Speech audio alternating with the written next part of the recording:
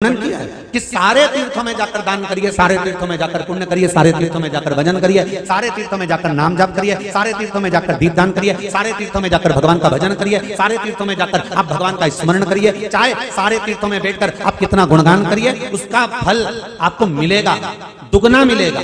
आप तीर्थ में जो पुण्य करोगे उसका फल दुगना मिलेगा। पर शिव महापुराण की कथा कहती है, स्कंद पुराण कहती है कि जो हमारे हिंदू धर्म सनातन धर्म में 7 पुरियों का जो निर्माण करा गया है, इन पुरियों के निर्माण का मतलब यह है कि सप्तपुरियों में जाकर जो हम दान करते हैं, सप्तपुरियों में जाकर जो हम भजन करते हैं, सप्तपुरियों में जाकर जो हम कथा श्रवण करते हैं, सप्तपुरियों में जाकर यदि हम एक अन्न का दान, एक दीप दान, अगर एक मंत्र जाप, एक नाम जाप भी करते हैं तो उसका फल दुगना नहीं होता, उसका फल 1000 गुना प्राप्त होता है। वो दुगना नहीं हो पाता, हजारों गुना प्राप्त।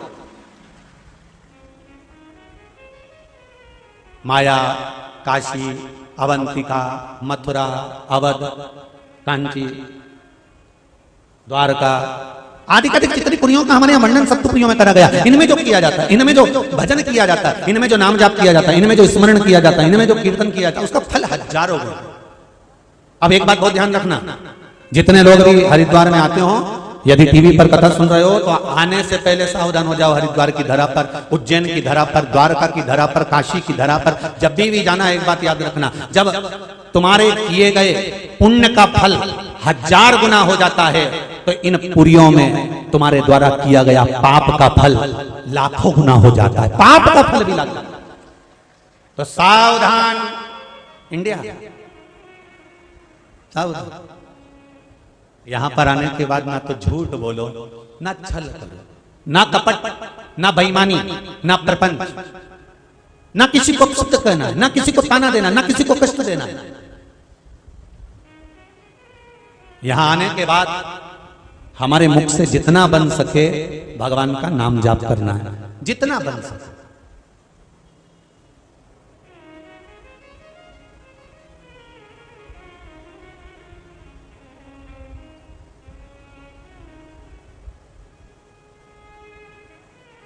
मैं आशीष को कह रहा था कि आशीष, ये मर्दा परिवार ने, दिनेश जी ने, दिलीप जी ने जो वो कार्ड छपाया है छोटा सा, उसमें लिखा हुआ है इतनी बजे से इतने बजे ये कार्य, इतनी बजे इतनी बजे ये कार्य, इतनी बजे इतनी बजे ये कार्य, इतनी बजे से इतनी बजे तक ये कार्य, सब कुछ लिखा। तो मैंने आशीष से कहा इसमें एक बात लाइन नीचे और डाल देना थी कि बचा हुआ जो समय है उसमें शंकर का नाम जप जा, जो समय बच गया है उसमें शिव नाम जपना, जो समय रहा है बचा कुचा उसमें स्मरण करिए, शिव जपिए, शंकर का गुणगान करिए।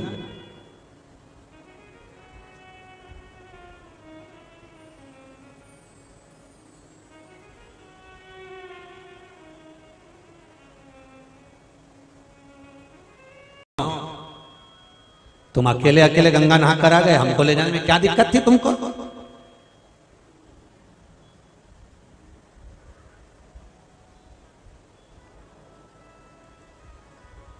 आज सुबह गंगा नहाने में दिनेश जी तुमने तो फोटो खिंचवा ली है, पर वापिस आए होगे ना तो परिवार वालों ने तुम्हारे फोटो खींच दिए होंगे, ये पक्का। अकेले चले गए, गंगा नहाया, हम भी जाते, हम भी नहाते। महाराज सप्तपुरी में आओ, आप मायापुरी में बैठकर शिव महापुराण की कथा सुन रहे हो, तो मायापुरी में अगर कथा सुन रहे हो तो निवेदन है, ना निंदा, ना चुगली, ना बुराई, ना असत्य, झूठ, प्रपंच कुछ। यहां तो केवल एक काम करना है, श्री शिवाय नमस्तुभ्यम, श्री शिवाय नमस्तुभ्यम, श्री शिवाय नमस्तुभ्यम, श्री शिवाय नमस्तुभ्यम। इन सप्तपुरियों कहीं पर भी बैठ कर आप भगवान का भजन, तो उस भजन का फल क्या? ये देखो, अभी पत्र तो बहुत सारे हैं, यहां पे भी तुम लोगों ने पत्र भेजने में कमी नहीं रखी है, उसके कुछ पत्र पड़े हैं जो यहां पर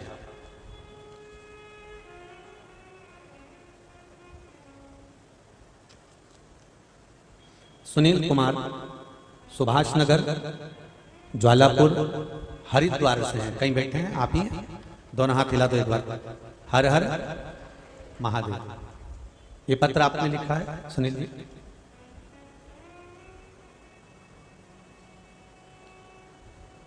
माइक वहां तक जा सकता है? माइक दीजिए। सुनील जी, आपने पत्र में लिखा है गुरुदेव, शिव महापुराण की कथा आपके मुखारविंद से टीवी चैनल के माध्यम से सुनते आए हैं। गुरुजी,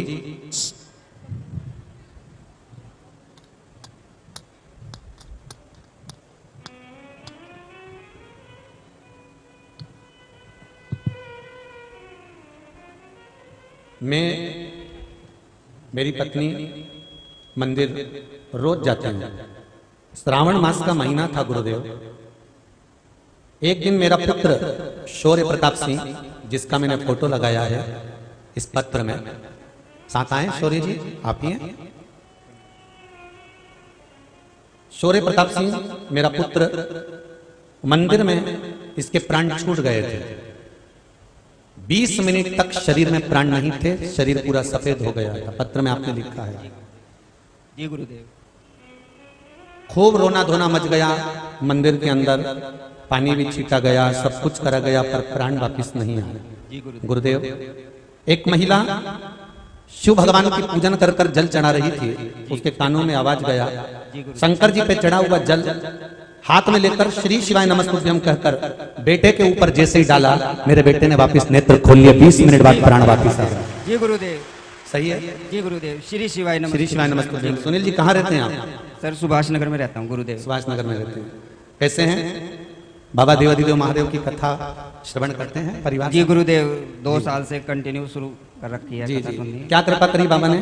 बाबा ने कृपा करी है। मेरी भांजी का रिश्ता नहीं हो रहा था, वो मेरे पास ही रहती है। उसका हो गया? रिश्ता हो गया गुरुदेव। और बेटे के प्राण वापिस आ गए? बेटे के प्राण वापिस हो गए गुरुदेव। जी, बाबा की कृपा है बस। और गुरुदेव, मेरे दामाद जी है, जो भांजी के हस्बैंड है, वो महादेव के भक्त मिले हैं मुझे। बधाई हो आपको। देखो, और मेरे से 1 रुपया भी उन्होंने नहीं लिया। और मैंने भगवान से प्रार्थना की थी, मैंने कहा प्रभु मेरी भांजी का रिश्ता हो जाए। गुरुदेव, घर बैठे रिश्ता हो गया। बधाई हो बहुत बहुत। हर हर महादेव विराजिए। गुरुदेव, एक बात और कहना चाहता हूँ मैं। जी बोलिए।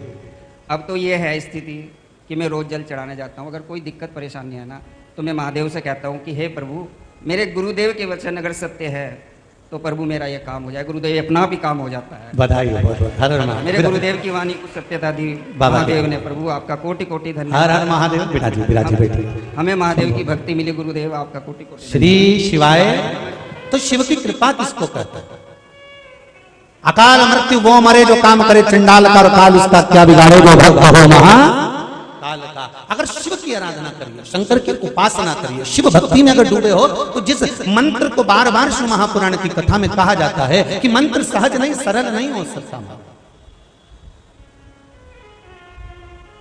श्री शिवाय नमस्तुभ्यम। मायापुरी में बैठकर जप रहे हो, और जितने लोग आस्था चैनल पर, जितने फेसबुक पर जप रहे हैं, ये सोचकर जपना कि आप भी मायापुरी में बैठे हो, आप भी हरिद्वार में बैठे, आप भी गंगा के घाट पर बैठे।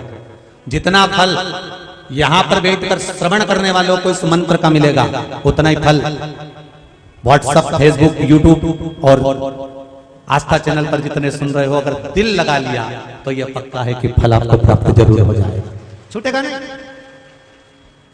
एक कथा आती है, 2 मित्र थे, दोनों का बर्थडे, दोनों का जन्मदिन एक साथ आ गया। एक कहता है चलो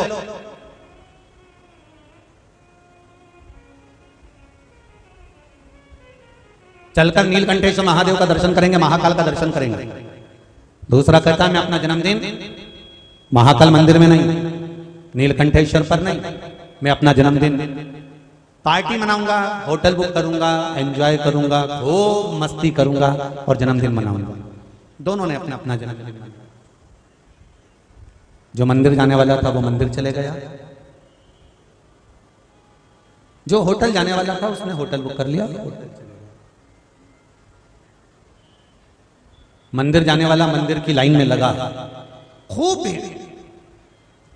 अब मन में सोच रहा है, अरे मेरी भी बुद्धि मारी गई थी, कहां मैं दर्शन करने आया, मेरा दोस्त कितना जोरदार एंजॉय कर रहा होगा, केक काट रहा होगा, खूब खारा पीरा मौज कर रहा होगा, डिस्को कर रहा होगा, और मैं अपना जन्मदिन यहाँ लाइन में लगा हूं, 1 घंटे से लगा हूं, अभी तक भगवान के दर्शन ही नहीं हुए। और दूसरा जो होटल में पड़ा हुआ था, मदिरा पान कर रहा है, व्यसन कर रहा है और मन में सोच रहा है कहां मैं अपना जन्मदिन कचरे में मना रहा हूं। मेरा दोस्त वहां पर शिव जी का दर्शन कर रहा होगा, शंकर का गुणगान कर रहा होगा, शिव स्मरण कर रहा होगा, शंकर जी पे एक लोटा जल चढ़ा रहा होगा, शंकर जी का दर्शन कर रहा होगा। मेरा दोस्त तो मुझसे ज्यादा अच्छा है। दोनों मिल गए, 3 महीने बाद बाइक से जा रहे थे, 4 व्हीलर से टकरा गए, दोनों मर गए। जो होटल गया था वो बैकुंठ में था, जो मंदिर के दरवाजे पर खड़ा था वो नरक में था। कारण क्या कारण था कि मंदिर में खड़े रहने के बाद भी उसका मन मंदिर में नहीं था और वो होटल में रहने के बाद भी उसका मन महाकाल के दरवाजे पर था। ये चित्त से मिलता है। मन बिना मन के भगवान नहीं मिल सकता, बिना चित्त के बिना मन के भगवान नहीं मिल सकता। रामचरितमानस में लिखा है, निर्मल मन सो मोहि पावा, मोहि छल छिद्र कपट ना भावा। भगवान को निर्मल मन चाहिए। इस शरीर से भगवान को कोई मतलब नहीं है।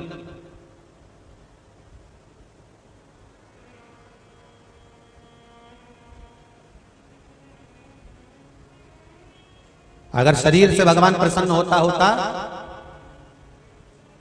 तो जो सुंदरी का खिताब पाती है ना, सुंदरी का जो खिताब पाती हैं तो सबसे पहले भगवान उन्हीं पर प्रकट होकर दर्शन देता। अगर सुंदरता से या शरीर से भगवान मिलता होता,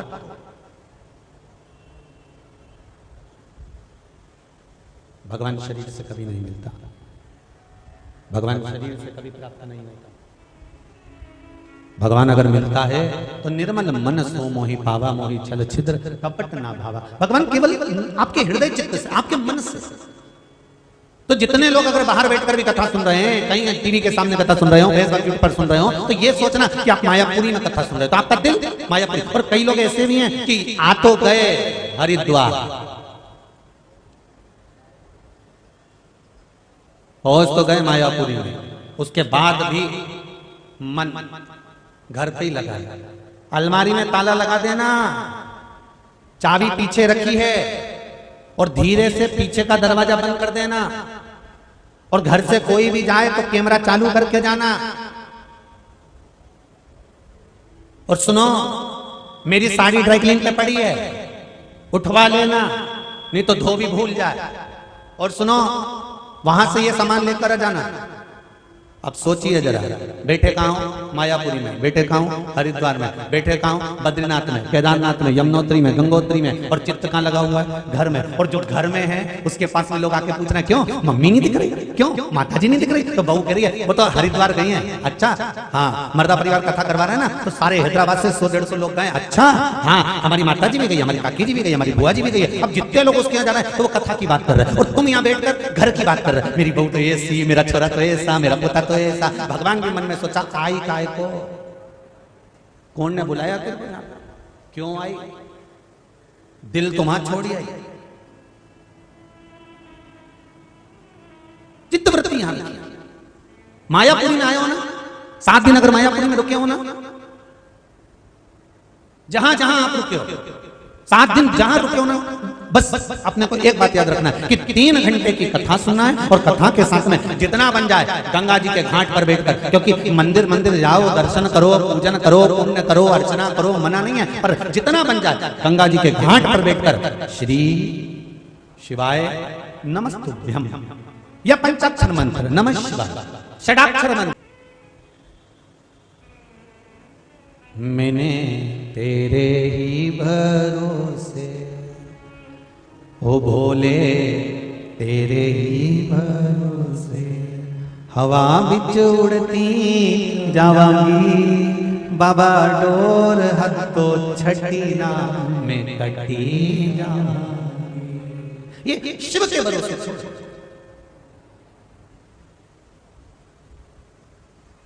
भक्ति हमेशा मन से, चित्त से वृत्ति से। एक पत्र बड़ा सुंदर है, देखिए।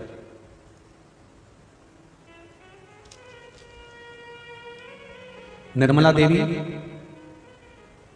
जिला मथुरा, दाऊ जी से आई हैं। कहीं बैठी हैं? आप ही हैं? दोनों हाथ हिला दो एक बार। हर हर महादेव।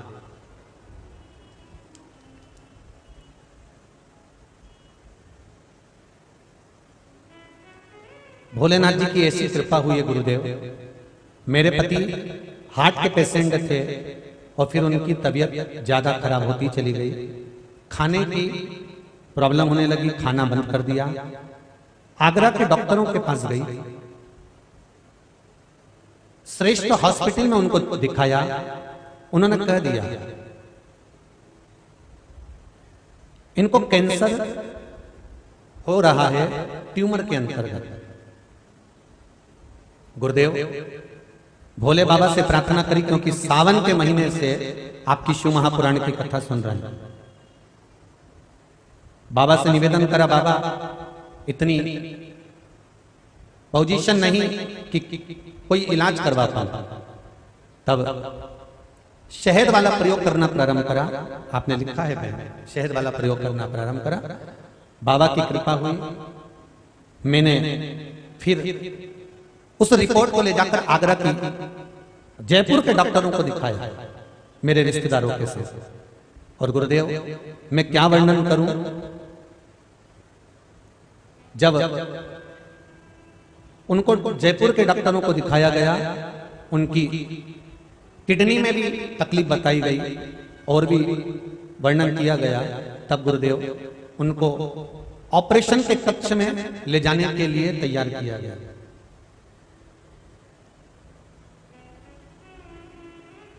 गुरुदेव बाबा देवाधिदेव महादेव की कृपा किसको कहते हैं कि ऑपरेशन कक्ष में ले जाने के बाद भी श्री शिवाय नमस्तुभ्यम मंत्र का जाप करते रहे, तो बाबा की ऐसी कृपा रही, ना कैंसर हुआ ना ट्यूमर हुआ और मेरे पति ठीक होकर घर आ गए। ये शिव कृपा। बैठो बहन, बैठो। श्री शिवाय नमस्तुभ्यम विराज। शंकर कृपा इसी को कहते हैं। शंभो शरणे पड़ी मांगू घड़ी रे घड़ी, दुख काटो दया करी ने दर्शन। आपकी चित्तवृत्ति में जितना शिव का भजन कर रहे हो, फिर निवेदन करूंगा, ब्रह्मा ब्रह्म लोक में रहते हैं, भगवान विष्णु वैकुंठ लोक में रहते हैं। अगर इस मृत्यु लोक का कोई देव है तो वो देव अधिदेव महादेव है। मेरा शंकर, मेरा ओघरदानी, मेरा कंकर में रहने वाला शंकर संपूर्ण भूमंडल में, संपूर्ण पृथ्वी पर, संपूर्ण ब्रह्मांड में विराजमान, संपूर्ण। हमें केवल किसी तीर्थ में जाने के बाद हमें केवल एंजॉय नहीं करना है कि हमको केवल खाना पीना और सोना और एसी का रूम मिल जाए, डनलप का गद्दा मिल जाए, टीवी मिल जाए और अपना अपना दरवाजा ना छोड़े, कमरा ना छोड़े। नहीं नहीं नहीं, सूर्य तपेगा, गर्मी भी पड़ेगी, गंगा का घाट है, गंगा मैया अगर यहाँ बुलाई है तो पसीने की एक एक बूंद जो भरा हुआ है पाप कर्म इस शरीर के अंदर, वो सारा निकाल कर बाहर पटकेगी, तुम्हें शुद्ध कर कर तब यहां से भेजेगी। ऐसे नहीं बैठे आप, हम अपनी मां की गोद में खेले। जितने लोग भी कथा सुन रहे हैं सब अपनी अपनी माता की गोद में खेले। आप में से कितनी माताएं और कितने भाई ऐसे बैठे हैं कि बच्चे जब स्कूल जाते होंगे तो माता पिता उनको गंदा भेज देते होंगे। अरे बोलो तो सही, कोई माँ बाप अपने बच्चे को गंदा स्कूल भेजता है? छोटे से बच्चे को भी माँ बाप अगर स्कूल भेजते हैं तो तैयार करके भेजते हैं, कथा में लेकर आते हैं तो तैयार करके लेकर आते हैं, शादी में लेके जाते हैं तो टिप टाप करके लेके जाते हैं, उसको पूरा तैयार करके लेकर जाते हैं। ये माता पिता, माँ अपने बच्चे को कहीं पर भी लेकर जाती है, कहीं पर भी छोड़ने जाती है, स्कूल ले भेजती है तो उसको श्रृंगार कर कर तैयार कर कर भेजती है। इतना याद रखना, आप भी मायापुरी में माँ गंगा के पास आए हो, माँ गंगा आपको गंगा कभी नहीं भेज सकती, आपको निर्मल करके ही भेजेगी, शुद्ध बनाकर, श्रेष्ठ बनाकर, अच्छा कर कर। भर्तरी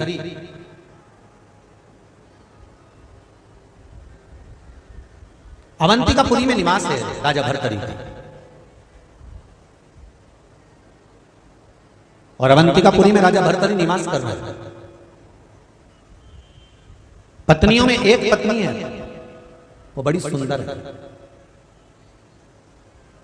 जिसका नाम है पिंगला, बड़ी सुंदर।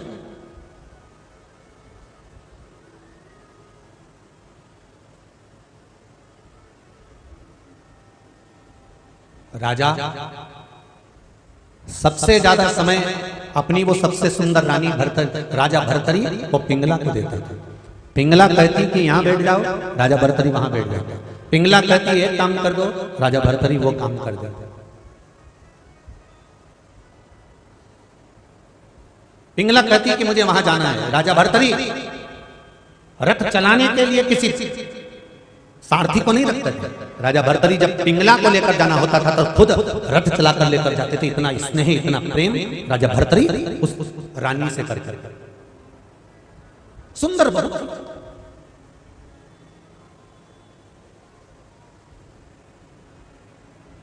एक बात पहले भी कही, आज फिर कहते हैं, क्रीम की चमक 3 महीना 6 महीना 2 दिन रहती है, पर शिव महापुराण की कथा कहती है आपके भजन की चमक, अच्छे कर्म की चमक मरते दम तक रहती है। चेहरा चमकता रहता है। इसीलिए कहा मत बुरे कर्म कर बंदे वरना पछताएगा, भगवान की आंखों से तू बच नहीं पाएगा, तू बच नहीं पाएगा। अरे ओ अज्ञानी मत करना, तेरे कर्म का फल भी तू ही पाएगा, जैसा किया तूने तेरे आगे आएगा। मत बुरे कर्म कर बंदे वरना पछताएगा, भगवान की आंखों से तू बच नहीं पाएगा, तू बच नहीं पाएगा। बड़ा मुश्किल है।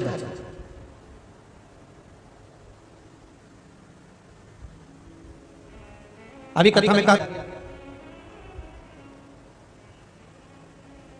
और गोरखनाथ जी आए। राजा भर्तरी को मालूम पड़ा कि गोरखनाथ जी आए हैं, संत पधारे हैं, तो गोरखनाथ जी की खूब सेवा में लग गए। और बहुत ध्यान दीजिए, जब संत, साधु, सन्यासी, तपस्वी, साधक, उपासक, कोई भक्त भगवान का जिसके भीतर ना छल हो, ना बेईमानी हो, ना कपट हो, ना निंदा हो, ना बुराई हो, ऐसा कोई भक्त, ऐसा कोई साधु, ऐसा कोई तपस्वी, ऐसा कोई साधक आपको मिल जाए और मौका मिले कि हां सेवा करना है,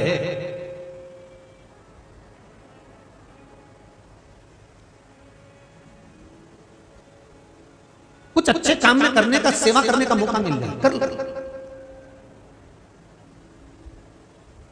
आज कल्लू जी की हम सेवा कर रहे थे, तब एक जीजी कुछ ठाकुर जी का ड्राई फ्रूट्स, थोड़ा सा फ्रूट्स थाली में लगाकर लेकर कक्ष में आई और ललित पंडित जी से और शर्मा जी से कह रही थी कि कोई भी सेवा की जरूरत हो, ठाकुर जी के लिए कोई भी प्रसाद वगैरह चाहिए हो, सूचना कर देना, नीचे सब सामान ठाकुर जी का पहुंच जाए। सेवा का भाव है तो मन से ये निकलता है कि आप बस सूचित करो, आप सूचना दो, वो पहुंच जाए।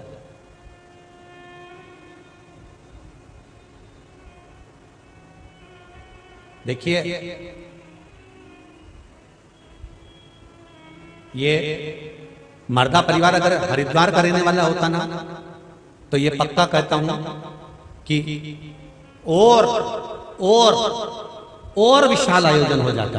पर ये लोग हैदराबाद से आए हैं, खुद भी बाहर से आए हैं, इसलिए जो कार्यकर्ता सेवा कर रहे हैं मर्दा परिवार के, कोई जमाई है, बेटी है, भांजा है, भतीजा है, भाई है, कुटुंब है, आए और व्यवस्था में लग गए, देखने लगे कि क्या हो रहा है, क्या नहीं हो रहा है, क्या व्यवस्था करना है, कैसे करना है, तो एक अलग अलग।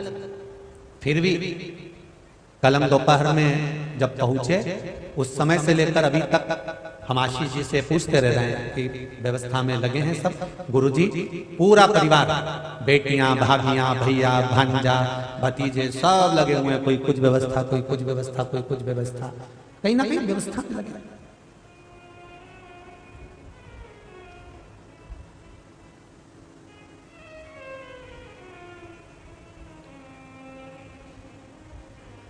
शिव कृपा होती है तब जाकर कुछ अच्छा होता है। सुंदरता धारण कर लेना एक अलग विषय है, पर उस सुंदरता को धारण करते समय अपने मन की सुंदरता को धारण करना एक अलग विषय है।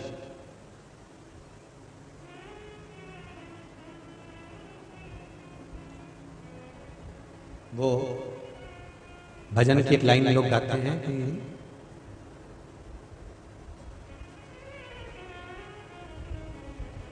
निर्मल मन हो तो रघुवर शबरी के घर भी आते हैं,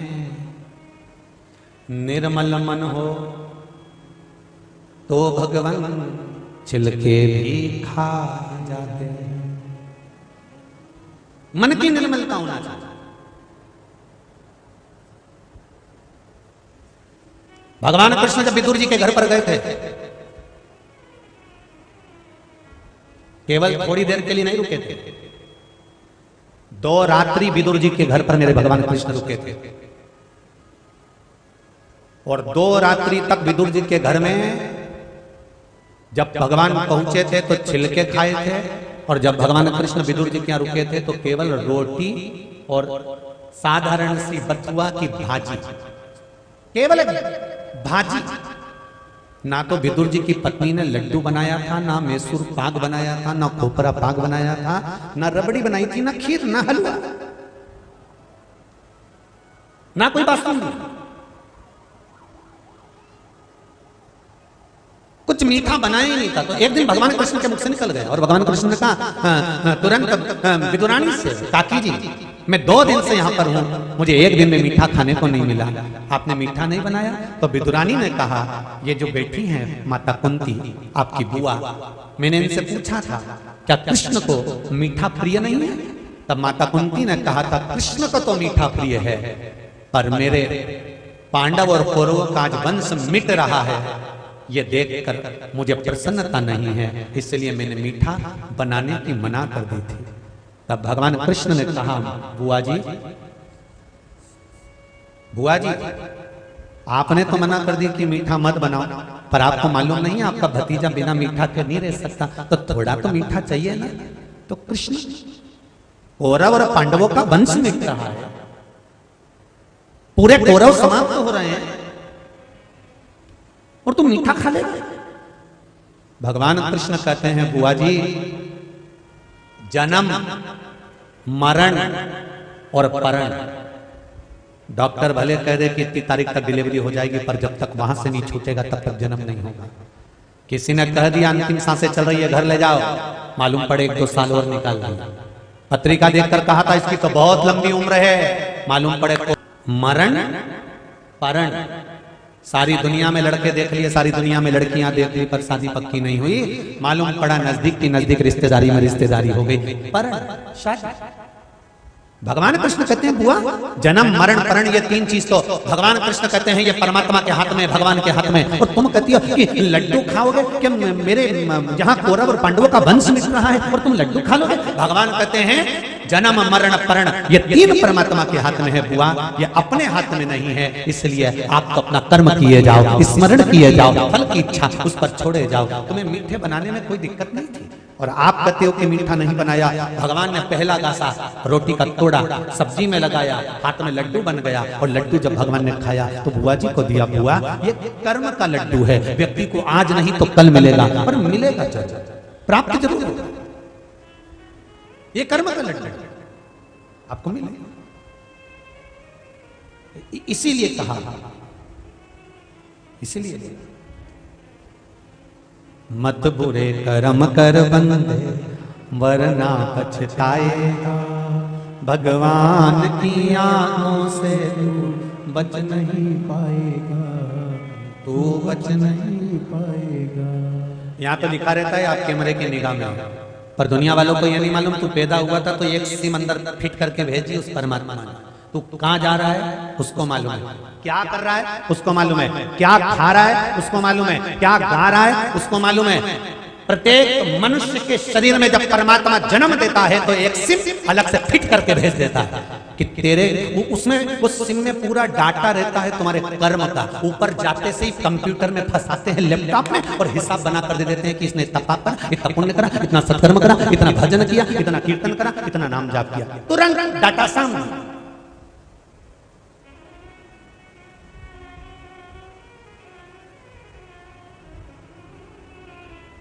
मायापुरी में जितने लोग शिव नाम जप रहे हैं, शिव महापुराण की कथा सुन रहे हो, कितना भी पाप कराओ, डाटा सिम का या अच्छी अच्छी सिम, एक गंगा की डुबकी लगाते से आदमी की सिम गड़बड़ हो जाती है तो अंदर की सिम तो यूं ही बदल जाती है तुरंत एक डुबकी लगाते से।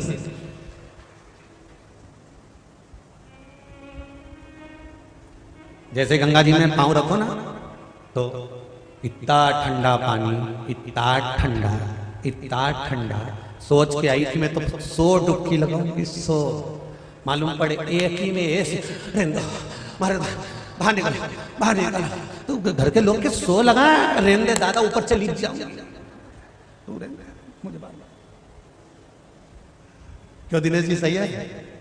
एक ही में चल चलो बहुत हो गया, अब नहीं लगाना है, हो गया। सिम सब ठीक है।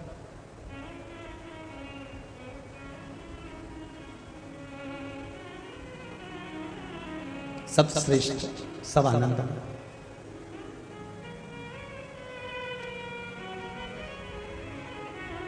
रामेश्वरम को, नागेश्वर को आप ये मानकर समर्पित करो ना कि मैं कुंदकेश्वर को, मैं चंपेश्वर को, ममलेश्वर को जल समर्पित कर रहे। लिया, चढ़ाया, सीधे हाथ में वापस कंकर लिया, डुबकी लगवाई, अंदर जल में ही वापस छोड़ दिया। और क्या कहकर छोड़ा? मेरे शंकर गंगा के जल को 12 ज्योतिर्लिंग के भाव से समर्पित करा है तो आप इसको स्वीकार कर लेना, मेरा उद्धार करना हो गया।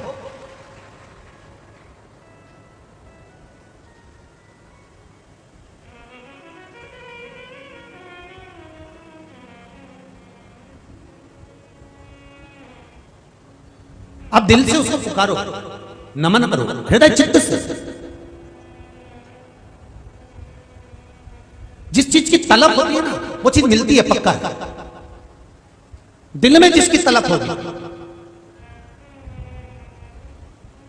एक तंबाकू खाने वाला जो व्यक्ति होता है ना, इसको एसी के डब्बे में बिठा दो और ये तंबाकू की डिब्बी भूल आया, ये अपने जेब में वो तंबाकू लेकर नहीं आया, वो बैठेगा और उसको जब तलब उठेगी ना उस तंबाकू को खाने की, पाने की, जो नशे में डूबा हुआ व्यक्ति होता है ना, जिस चीज का नशा होता है और वो चीज उसको नहीं मिले तो ढूंढता है। तो तंबाकू खाने वाले को तंबाकू उसी एसी के डब्बे में कहीं ना कहीं से मिली जाती है। जब वो तंबाकू खाने वाले को तलब उठी तो एसी के डब्बे में उसके लिए तंबाकू आ सकती है, तो तुम में अगर शिव से मिलने की तलब उठेगी तो क्या शंकर नहीं आया? उठना उसको पाने की तलब।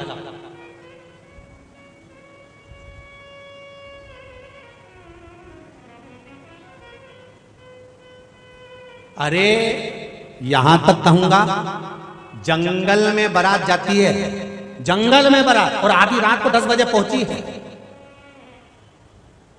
और इन नशेलों को कौन बता देता है कि दुकान वहीं पर है?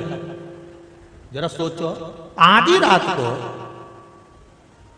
11-12 बजे बारात पहुंच रही है, कोई बताने वाला नहीं, जंगल में पहुंची है, किसी से पहचान नहीं, और बाराती आते से पूछ लें और दुकान मिल जाए, तो जरा विचार करो, जब उनको वो दुकान मिल सकती है तो हमारे भीतर भी तो परमात्मा के पाने की ललक होना चाहिए, तो परमात्मा मिल जाए।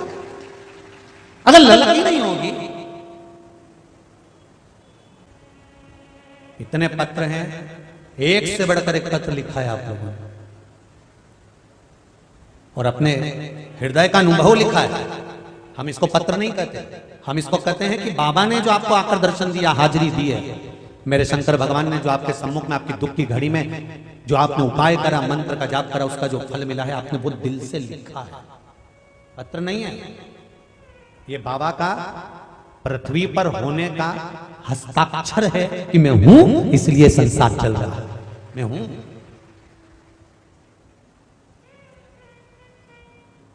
कोई दूसरा नहीं है।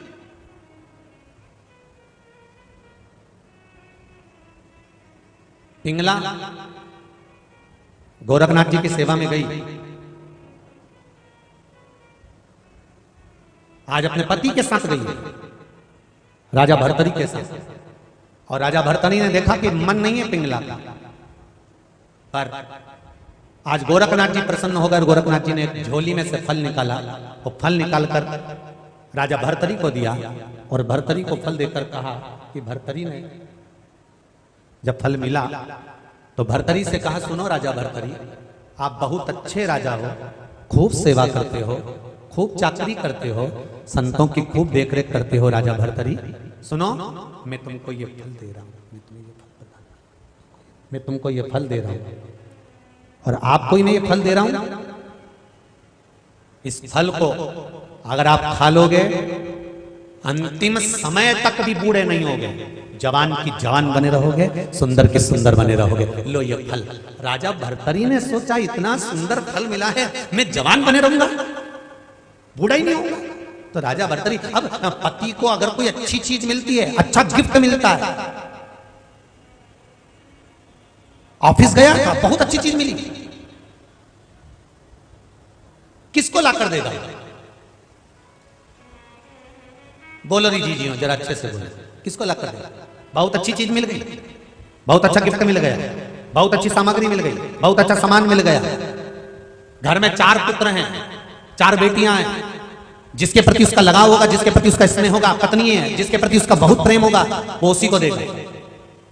राजा भर्तरी ने सोचा अगर मैं युवान हो गया, मैं जवान हो गया, पर मेरी पत्नी ये पिंगला अगर बूढ़ी हो गई तो कितनी बुरी लगेगी, मेरा हृदय इस पर आ ही नहीं पाएगा।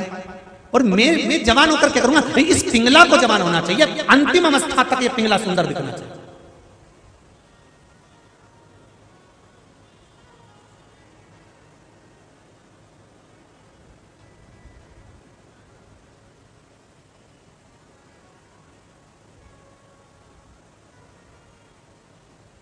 अंतिम अवस्था तक ही मेरी पत्नी सुंदर दिखे, जवान दिखे, युवान दिखे।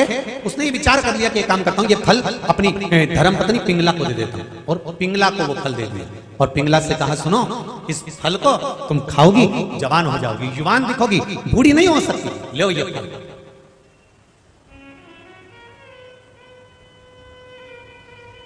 लीजिए ये फल। पिंगला ने फल लिया, बड़ी खुश। पिंगला ने वो फल नहीं खाया। इस हरिद्वार की हर की पौड़ी की जो कथा है कोई साधारण नहीं है साहब, हर कोई नहीं आ जाता हर की पौड़ी। कथा का नाम है हर की पौड़ी शिव महापुराण कथा, हरि का द्वार शिव महापुराण कथा। तो आपको मालूम होना चाहिए कि हर की पौड़ी कब बनी थी, किसने बनाई थी, हर की पौड़ी का मतलब क्या है। हरिद्वार तो तुम हर बार आए, पर तुम्हें मालूम क्या था? तुम तो सोचे गंगा का घाट है, हरि का द्वार है, हरि के द्वार जाना है। तो हरि का द्वार से नहीं, भरतरी का हरि लिया है। भरतरी, भरतरी का पीछे का शब्द हरि आया है और उसकी पौड़ी बनी, उसका सीढ़ियां बनी है, उसके नाम पर चल जाओ, उसको पहचानो। क्यों, किस लिए? आने वाली पीढ़ी पूछेगी माँ कहां गई थी? हरिद्वार। उसका मतलब क्या होता है बताना पड़ेगा आपको कि इतनी बार मैं हरिद्वार गई पर मुझे मालूम नहीं पड़ पाया कि हरिद्वार का मतलब क्या है। मैं तो गई और गंगा नहा कर आ गई और लोगों ने कहा कि हरि का द्वार है, जाओ नहाओ, पर उस हरि संबोधन को मुझे जानना है, क्या भगवान विष्णु के नाम के हरि के संबोधन से जुड़ा गया है कि भरतरी के हरि के नाम से जुड़ा गया? उस संबोधन को मुझे पहचाना।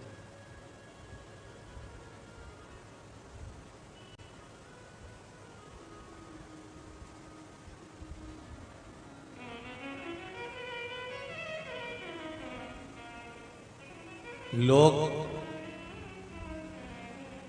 दवाई खाते हैं, कोई वैक्सीन आता है, कोई इंजेक्शन आता है, तो पहले उसके लिए पूरी अब्बा उड़ाते हैं। जैसे जब कोरोना का वैक्सीन नहीं आया था, उसके लिए लोगों ने उड़ाया था कि नहीं उड़ाया था? जो लगवाता है तो हाथ टेढ़ा हो जाता है, बुखार आ जाता है, उठ ही नहीं पाता है, फिर तो ना जाने क्या क्या हो जाता है। अरे नहीं लगवाओगे तो निपट जाओगे, लगवाओ तो। किस किस ने लगवाया वैक्सीन? जम के बोले जरा, लगवाया सबने ना। थोड़ी देर, अब तो कोई भी दवाई अगर शरीर में जाए तो थोड़ा बहुत तो शरीर में असर करे कि नहीं करे? अरे बोलो तो जम के करे ना।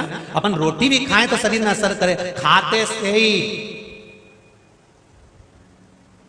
1 बजने में टाइम है, अब भी आई 2 मिनट, और जो गई ने एसी चालू करा और कमरा में जो सोई, फिर किसी ने बेल बजाई और बेल बजाई, तो अभी तक तैयार नहीं हुई, बस 2 मिनट में, और फिर तैयार हुई ने 1 बजे कथा में। मतलब भोजन भी अपना असर दिखाता है। जो कथा सुनते हो वो भी अपना असर दिखाती है। कथा सुनते से ही ऐसे लगने लगता है महाराज मेरे कोई कह रहा है, मतलब दवाई असर करना चालू हो गई, इफेक्ट करना चालू हो गया। तो यही है, दवाई असर करना चालू कर देती है। ये क्या? अब पिंगला को दे दिया फल, पिंगला ने वो फल लिया और पिंगला उस फल को नहीं खाई। पिंगला ने विचार करा, राजा के दरवाजे पर जो द्वारपाल खड़ा होता है, मैं उसको बहुत प्रेम करती हूँ, वो मुझे प्रेम करता है। अगर मैं जवान हो गई तो क्या मतलब कि वो तो बूढ़ा हो जाएगा, जिससे मेरा लगाव, जिससे मेरा स्नेह। पिंगला ने वो फल, जम के बोलो, उस द्वारपाल को दे दिया। द्वारपाल के पास फल आया, क्या जोरदार फल मिला है, पिंगला ने मुझको दिया है, रानी ने मुझको दिया है।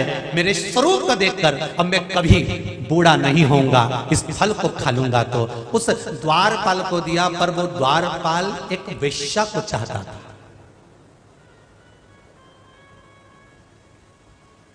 वो द्वारपाल एक वेश्या से स्नेह करता था।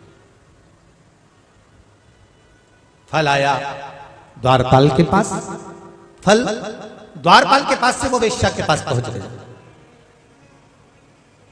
द्वारपाल ने सोचा अगर मैं जवान हो जाऊंगा, मैं सुंदर हो जाऊंगा, मैं युवान हो जाऊंगा, पर वेश्या तो बूढ़ी हो जाएगी। वो वेश्या के पास फल पहुंच गया। वेश्या के पास फल आया और उसमें पत्र लिखा हुआ था, ये वो फल है जो खाएगा जवान हो जाएगा, युवान हो जाएगा, सुंदर बना रहेगा, अंतिम क्षण तक, प्राण छूटने तक, मृत्यु के घाट पहुंचने तक भी उसको बुढ़ापा छू नहीं सकता। ये फल आया है, लो। और वेश्या ने वो फल लिया। ज्ञानी थी वेश्या, कहीं सत्संग में लगी रहती थी, भजन में लगी रहती थी, स्मरण में लगी रहती थी। वेश्या ने फल देखा तो वेश्या के मन में आया, एक ना एक दिन अगर मैं जवान हो गई, युवान हो गई, तो ये शरीर का। वेश्या सत्संगी थी, कीर्तनी थी। उसकी चित्तवृत्ति में एक बात बैठी हुई थी, मेरा शरीर है, अगर मैं ये फल खा भी लूंगी और जवान हो भी जाऊंगी, युवान अवस्था मेरे को आ भी जाएगी, तो ये शरीर क्या रखना मुझे। हाँ, यदि फल राजा के पास पहुंच जाएगा ना, और राजा यदि जवान हो जाएगा, राजा यदि युवान हो जाएगा, तो पूरा राजपाट सब अच्छा चलने के बाद अब युवान हो जाएंगे। महाराज मैं चाहती हूं ये फल आप खाएं, और राष्ट्र का राजा जब युवान बनकर राष्ट्र को चलाएगा तो मेरा राष्ट्र पूर्ण आनंद के साथ आगे बढ़ जाएगा। राजा भर्तरी ने पूछा, ये बताओ कि ये फल तुम्हारे पास कैसे आया? तो कहा मुझे द्वारपाल ने दिया। द्वारपाल से पूछा, ये फल तेरे पास कहां से आया? तो कहा मुझे पिंगला ने दिया। पिंगला से पूछा ये फल, तो पिंगला से पूछने की तो जरूरत ही नहीं थी, क्योंकि राजा ने खुद ही दिया था। राजा भर्तरी की आंख से आंसू बहने लगे, और राजा भर्तरी 12 वर्ष तक सप्तपुरियों में से एक पुरी, अवंतिकापुरी में तप करते रहे। जब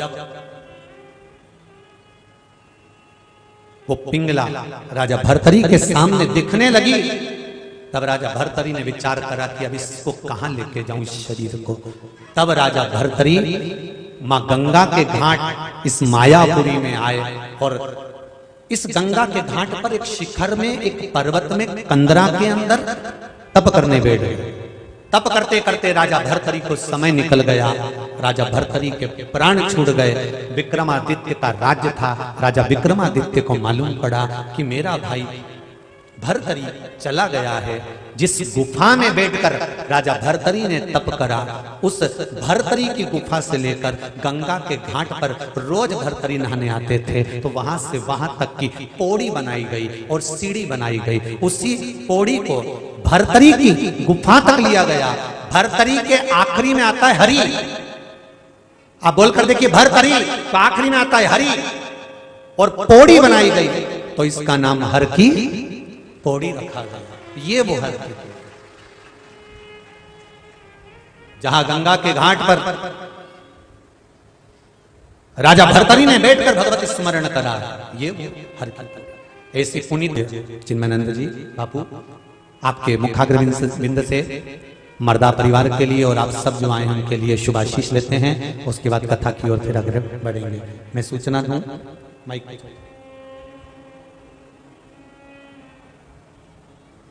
कॉर्डलेस दे दो, स्टैंड लगा, कॉर्डलेस दे दो। बड़े सौभाग्य का विषय है आज हमारे बीच में संतों का आगमन। जोरदार ताली बजाकर राष्ट्रीय श्री राम कथा प्रवक्ता आदरणीय चिन्मयानंद बापू जी के लिए बहुत बहुत साधुवाद।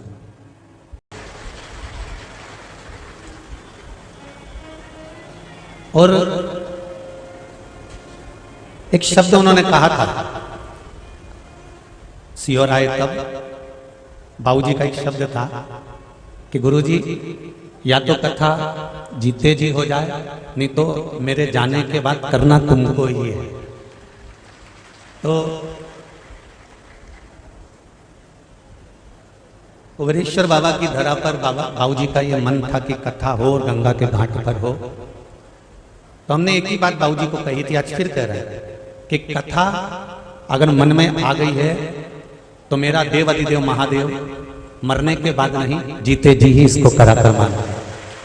वो शंभु है, शंकर है, त्रिकालदर्शी, कैलाशी, अविनाशी मेरा शिव है। वो कोई साधारण सा नहीं है।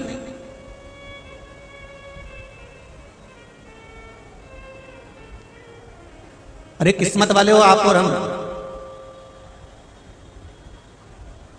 जो भगवान शंकर की कथा हरिद्वार की या पावन धारा से, मां गंगा के घाट से, मां गंगा के चरणों से श्रवण कर रहे हैं।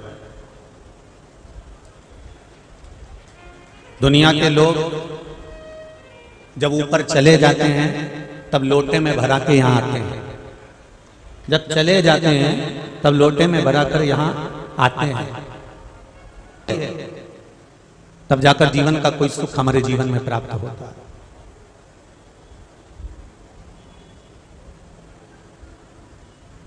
मिल जाए मनुष्य का शरीर तो भी भगवान का भजन नहीं हो पाता।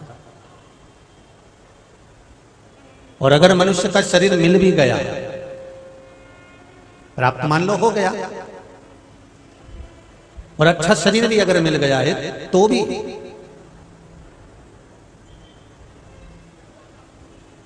हम अथक प्रयास कर लेते हैं, पूर्ण प्रयास कर लेते हैं, तो भी शिव महापुराण तक पहुंच नहीं पाते। कहीं ना कहीं चलते चलते चलते चलते कोई ना कोई अड़चन उत्पन्न हो ही जाती है। अभी ये मर्दा परिवार आ रहा होगा हैदराबाद से हरिद्वार, इनके कई रिश्तेदार आ रहे होंगे। कई बार ऐसा भी होता है कि टिकट किसी का होता है और आना किसी को पड़ जाता है। आते आते भी कहीं कहीं ऐसा योग बन जाता है कि जो आने वाला था वो रह गया और उसकी जगह जिसका टिकट ही नहीं हुआ था, जिसका सोचा ही नहीं था, विचार ही नहीं करा था, और कई बार ऐसा हो जाता है कि वो व्यक्ति उस टिकट पर आ जाता है। क्यों? क्योंकि हो सकता है कि इसकी जो पुण्य की गुल्लक है, इसकी जो आनंद की गुल्लक है, वो ज्यादा भरा गई है, इसलिए गुल्लक फूटते से ही हरिद्वार का दर्शन इसके भाग्य में लिखा हुआ। पुण्य की गुल्लक।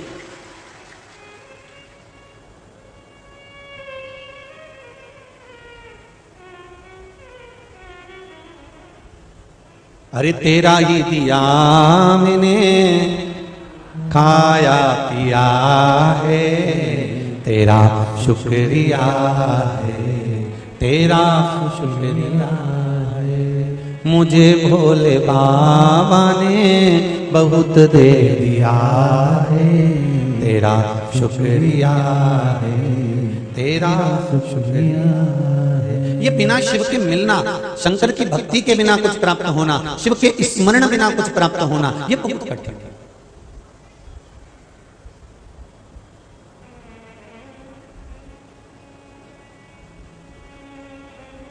चौबीस 24,000 श्लोक की ये शिव महापुराण की कथा है।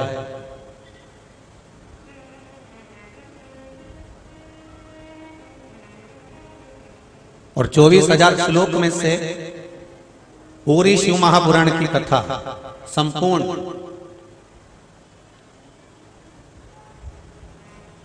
आपको याद रहे चाहे ना रहे, पर इतना जरूर है कि अगर आपने मन लगाकर, चित्त लगाकर, हृदय लगाकर यदि शिव महापुराण की कथा को श्रवण किया है तो ये शिव महापुराण की कथा आपके किसी भी समय पर, किसी भी पल, किसी भी घड़ी पर आपके सामने खड़ी मिलेगी और आपकी रक्षा कर सकती है। कई लोग प्रश्न करते हैं, गुरुजी हम इतनी बार कथा सुनते हैं हमको कुछ याद नहीं रहता, हमने भागवत जी इतनी बार सुनी हमको याद नहीं रही, हमने रामायण इतनी बार सुनी हमको याद नहीं, हमने गीता जी इतनी बार सुनी हमको याद नहीं। तो मेरा निवेदन है कि आप कहते हो कि हमने इतनी बार कथा सुनी और याद नहीं रहती, तो याद कर तुम्हें करना क्या है? अगली बार यहां बैठना है। तुम कथा याद मत रखो, कथा सुनकर तो क्या गुरुजी जब कथा याद ही नहीं रहती तो कथा सुनने से फायदा कौन सा है, लाभ क्या? जब याद ही नहीं रहे तो कथा क्यों सुने? हमारा निवेदन है, 1 महीने पहले 4 तारीख को आपने क्या खाया था? किसी को याद है? अरे बोलो तो, याद है किसी को? नहीं।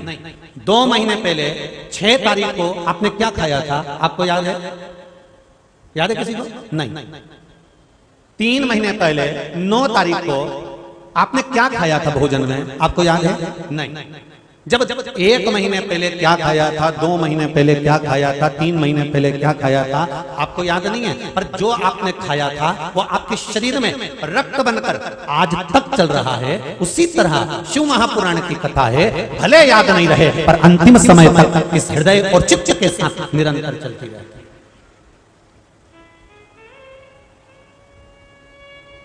क्या खाया उससे मतलब नहीं है, पर वो शरीर में चल रही है, वो रक्त में चल रही है, वो वृत्ति में चल रही है।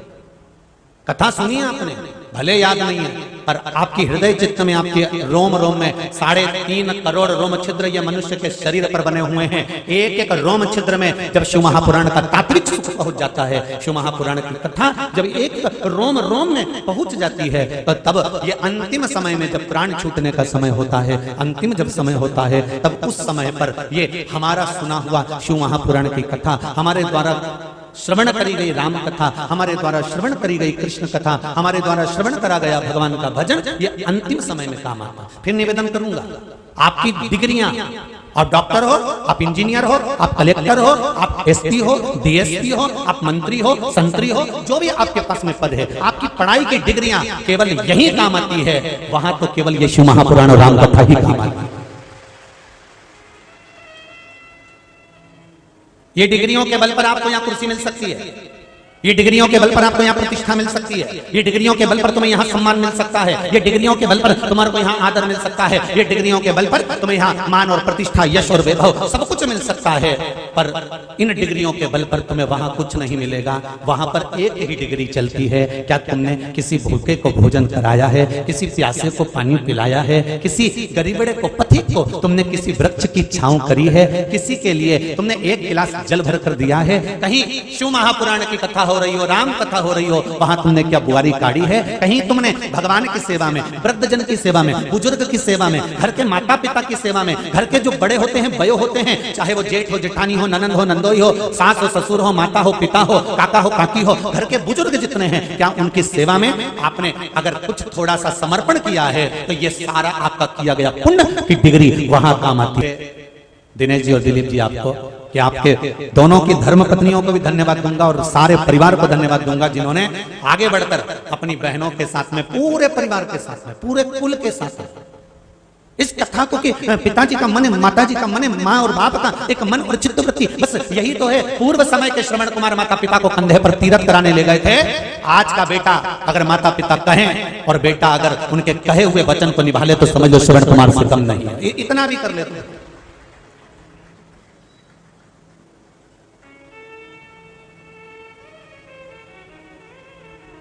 बहुत उत्तम। और धन्यवाद दिलीप जी और दिनेश जी, आपकी धर्म पत्नियों को, बहुओं को भी धन्यवाद दूंगा। बहुत बहुत साधुवाद कि हृदय से, चित्त से, मन से, उमंगता से, आनंद के साथ शिव महापुराण की कथा करवाने के लिए आप आए अपने माता पिता को।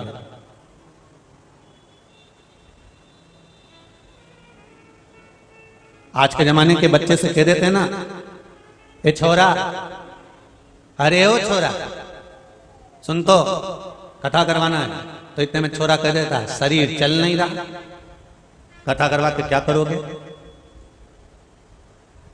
पर धन्यवाद जी, बहुत बहुत साधुवाद है हृदय से, इस माँ गंगा के पावन घाट से बहुत बहुत साधुवाद है कि माता पिता के वचन को निभाया है आपने और शिव महापुराण की कथा करवाकर जनमानस तक पहुंचाया है आपने। शिव कथा,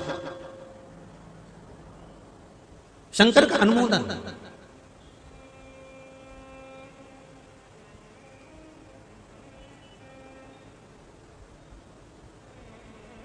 हर की पौड़ी शिव महापुराण की कथा का लक्ष्य लिया है। हर की पौड़ी, हर का द्वार, हरि का द्वार। अभी इससे पहले जो कथा हुई थी वो त्रिपुंड शिव महापुराण में, उसके पहले जो कथा हुई थी शिव पंचायत शिव महापुराण की कथा था। अब आप और हम जो श्रवण करने के लिए बैठे हैं, यह हर की पौड़ी, हरि का द्वार शिव महापुराण की कथा है।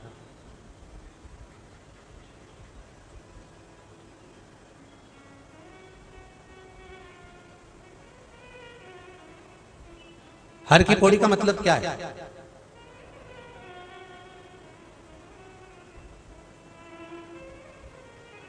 पौड़ी मतलब पेड़ी, पेड़ी मतलब सीढ़ी, सीढ़ियां जो चढ़ी जाती है। हर की पौड़ी, पेड़ी, सीढ़ी जो चढ़ी जाती है। और उसमें एक शब्द जुड़ा हुआ है, हर की पौड़ी। ये हर, हरि, ये हर हरि जो शब्द है, जो संबोधन है, क्या यह भगवान विष्णु के नाम से लिया गया है?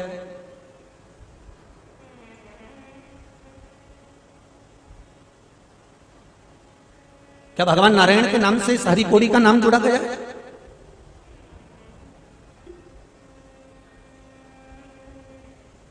कितनी बार आए हो आप लोग?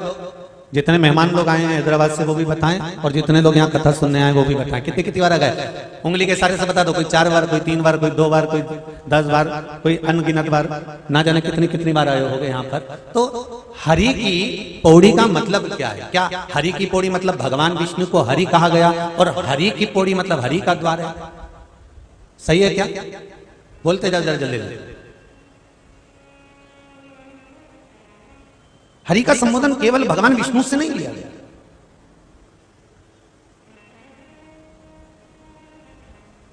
हरि का द्वार, हर की पौड़ी, सीढ़ियां, यहां पर जो हरि शब्द लिया गया है वो भगवान विष्णु से नहीं लिया गया। इस पावन हरिद्वार का जो हरि शब्द है वो भर्तरी के हरि शब्द से लिया गया। राजा भर्तरी, नाम बोलकर देखिए, भर्तरी, भर्तरी। तो ये जो भर्तरी का जो आगे का शब्द है इसको हटा दिया गया है और पीछे का जो हरि शब्द है भर्तरी का, उस शब्द से लिया गया। यहां भगवान विष्णु के हरि शब्द से नहीं है मतलब, यहां भगवान नारायण के हरि शब्द से मतलब नहीं है। नारायण का नाम तो ये गंगा के घाट पर हरिद्वार में बाद में जोड़ा गया है, पर उसके प्रथम में हर की पौड़ी का जो संबोधन कहा गया है, हर की पौड़ी का जो चरित्र वर्णन किया गया है वो राजा भर्तरी से। विक्रमादित्य ने अपने भाई भर्तरी के याद में सीढ़ियों का निर्माण करा था गुफा तक, जहां पर बैठकर भर्तरी भगवान नारायण का और शिव का स्मरण कर रहे थे।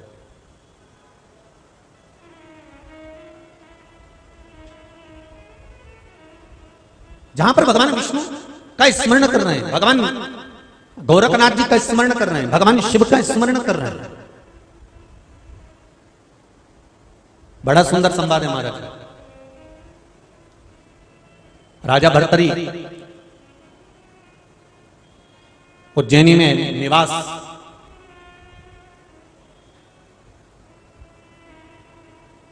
सप्तपुरियों में, दो पुरियों में राजा भर्तरी आते थे और जाते थे। पहली अवंतिकापुरी उज्जैन, दूसरी मायापुरी हरिद्वार। इस हरिद्वार का जो प्राचीन नाम है, जो देवताओं के द्वारा दिया गया नाम है, जो देवताओं के द्वारा निश्चित किया गया नाम है, इसका नाम है मायापुरी। सप्तपुरियों में एक पुरी है ये।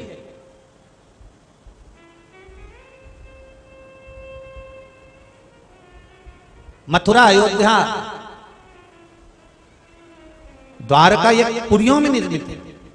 7 पुरियों में एक पुरी है मायापुरी, और वो मायापुरी कोई दूसरी नहीं है। जिस भूमि पर आप बैठकर शिव महापुराण की कथा को श्रवण कर रहे हो, आस्था चैनल के माध्यम से, फेसबुक यूट्यूब के माध्यम से आप कथा सुन रहे हो, तो आपको ये ज्ञात होना चाहिए कि आप हरिद्वार की धरा पर नहीं, आप मायापुरी में, सप्तपुरियों में से एक पुरी भगवान विष्णु के द्वारा निर्मित इस पुरी में बैठकर कथा सुन रहे हो।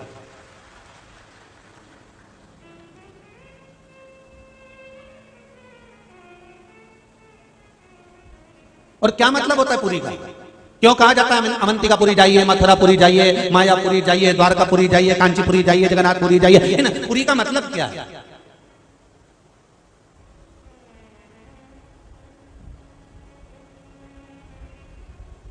सारे तीर्थ में हम जाते हैं, सारे तीर्थों में हम पहुंचते हैं, वहां जो हम दान करते हैं, वहां जो हम पुण्य करते हैं, वहां जो हम सत्कर्म करते हैं, उसका फल।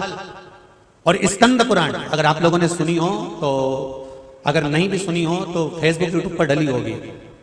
मुंबई के अंधेरी में माहेश्वरी समाज द्वारा माहेश्वरी भवन में शिव महापुराण कथा का वाचन किया गया। शायद वो यूट्यूब पर या फेसबुक पर डली होना चाहिए। आप उसको सुनेंगे तो उसमें वर्णन किया है कि स्कंद पुराण में जो तीर्थ खंड आता है,